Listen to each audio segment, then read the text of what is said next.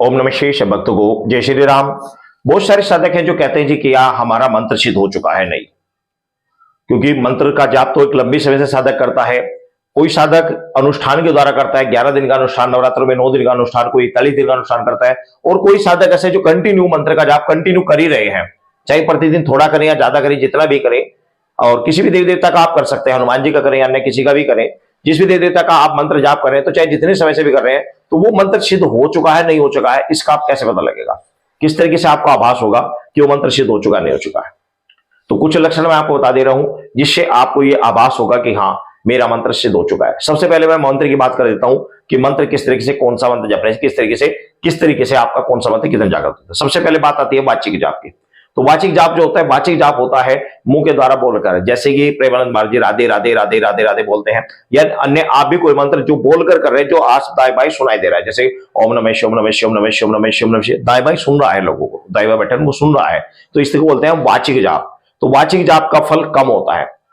और दूसरा होता है उपांशु जाप। उपांशु जाप होता है जैसे कि होठ फड़क रहे हैं, आपको आभास हो रहा है कि ये कुछ बोल रहे हैं, कुछ गुदगुदा रहे हैं। और उपांशु जाप, तो वाचिक जाप से अच्छा होता है उपांशु जाप। उपांशु जाप में होठ फड़कते हैं और दाएं बाएं जो व्यक्ति बिल्कुल साथ में बैठे टिक के, उन्हें हल्का हल्का सुन रहा है कि ये क्या बोल रहा है, हल्का हल्का। जो दाएं बिल्कुल बराबर बैठे हैं उनको पता लगता है, दूर पर नहीं बैठे, दूर जो बैठे उनको नहीं पता लगेगा। सिर्फ बराबर में सिर्फ इतनी आवाज है कि आपके मुंह से बोलकर कानों तक जा रही है, दाएं बाएं बराबर बैठे व्यक्ति को आभास हो रहा है कि ये क्या बोल रहा है, क्या गुदगुदा रहा है, बस इतना, पूर्ण रूप से उनको भी नहीं सुनाई दे रहा। तो इसको बोलते हैं उपांशु जाप।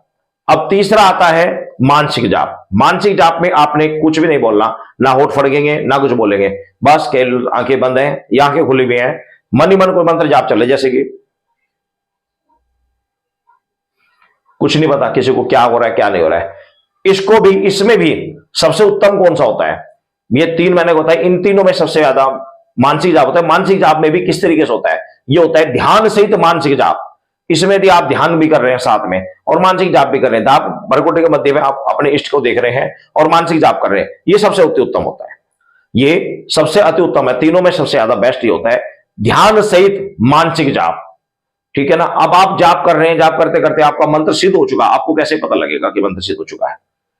इसके लिए मैं छोटी सी बात बता रहा हूं। जब भी आप ध्यान से सही तरीके से मंत्र का जाप करेंगे, सही तरीके से मंत्र का जाप करेंगे, तो आपको अपने आसपास एक अलग ही प्रकार से ऊर्जा का स्रोत आपको दिखाई देगा, एक अलग ही प्रोटेक्शन आपको दिखाई देगी।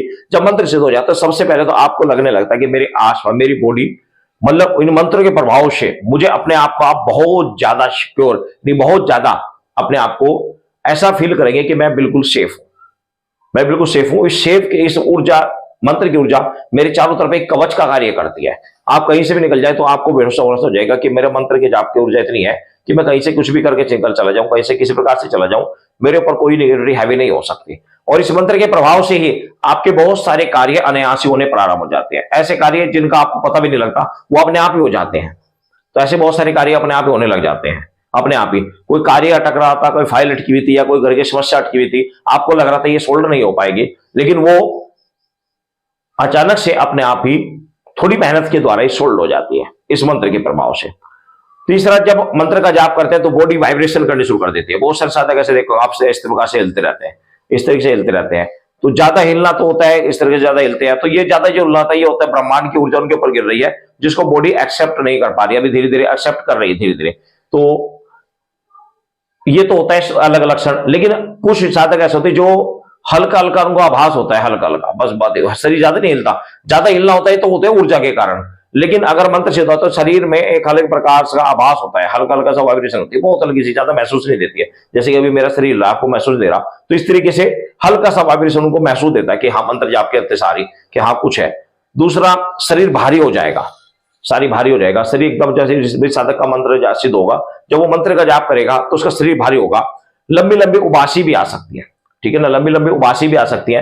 उबासी शक्ति के द्वारा भी आती है। अगर किसी साधक के पास कोई शक्ति जुड़ चुकी है, उसको भी उबासी आती है। और किसी का मंत्र सिद्ध हो जाता है तो उसको भी अक्सर उबासी आ जाती है, सभी को नहीं, लेकिन सभी के साथ में ऐसा नहीं होता है। ये मैं पहले बता दूं, सभी के साथ नहीं हो रहा है। तो जो वेरी इंपॉर्टेंट चीज है वो ये है कि इसी मंत्र के द्वारा जब आपका मंत्र सिद्ध हो जाता है, तो मंत्र के सिद्ध होने से सबसे ज्यादा वाक सिद्धि आपकी कंप्लीट हो जाती है। वाक सिद्धि, वाक सिद्धि मतलब ये कि अगर किसी व्यक्ति को आपने ये कह दिया कि जा तू आज से ठीक रहेगा, तुझे आज से कोई संकट नहीं रहेगा, तो वो नहीं रहेगा, वो नहीं रहेगा।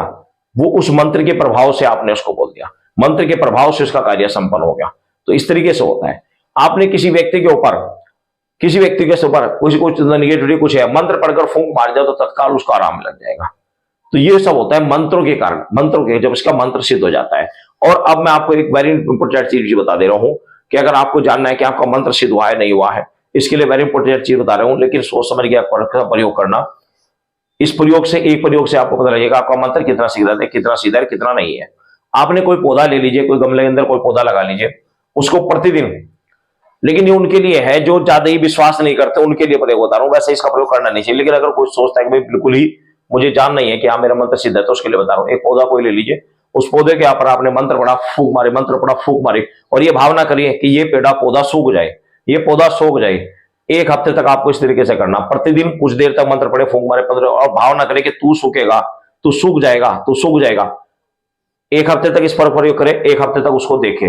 अगर वो 15 दिन के अंदर सूख जाता है, सूखने लगता है, तो समझ जाइए कि हाँ मंत्र सिद्ध हो चुका है।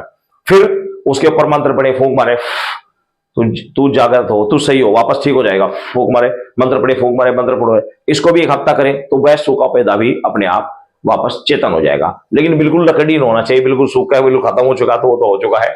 लेकिन अगर वो सूखने वाली स्थिति में जा रहा है तो मंत्र के द्वारा आप उसे वापस जीवित कर सकते हैं। तो इस तरीके से मंत्र का पता लगता है, कोई सा भी मंत्र हो। ये वेरी इंपॉर्टेंट मैंने लक्षण बता दिया, तरीका बता दिया आपको, इस तरीके से पता लगता है असली मंत्र का। और तीसरा एक चीज बता दे रहा हूं मैं आपको कि अभी मैंने कुछ दिन पहले पानी से दीपक जला के दिखाया था, पानी के अंदर बत्ती डालकर दीपक जला के दिखाया था। वो भी मंत्रों के द्वारा दिखाया था कि मंत्र के द्वारा आप किस तरीके से आप देख सकते हैं कि आपका मंत्र सिद्ध है। बत्ती से आप दीपक जला सकते हैं, पानी से, तो वो भी उच्च कोटि के साधक जो होते हैं, जो लंबे समय से मंत्र जाप कर रहे हैं, वो भी जल को अभिमंत्रित करके उसके अंदर बत्ती जलाकर दिखा सकते हैं। तो ये भी तरीका होता है। सभी भक्तों को जय श्री राम।